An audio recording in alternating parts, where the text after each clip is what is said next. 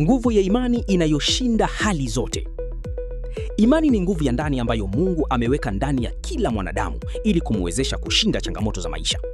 Bila imani, moyo wa mwanadamu hujaa mashaka, hofu na kukata tamaa, lakini kwa imani, hata milima ya matatizo huweza kuhamishwa. Maandiko matakatifu yanatufundisha kwamba mtu mwenye imani haangalii hali ya sasa pekee, bali huangalia ahadi za Mungu zilizo mbele yake. Imani si hisia tu, bali ni uamuzi wa kumwamini Mungu hata pale ambapo macho ya kawaida hayaoni njia.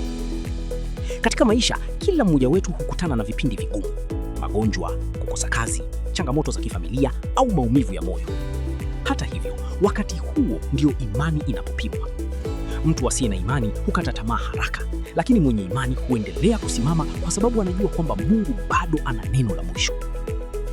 Imani huleta nguvu ya kusubiri kwa matumaini, huondoa woga na badala yake huleta amani moyoni.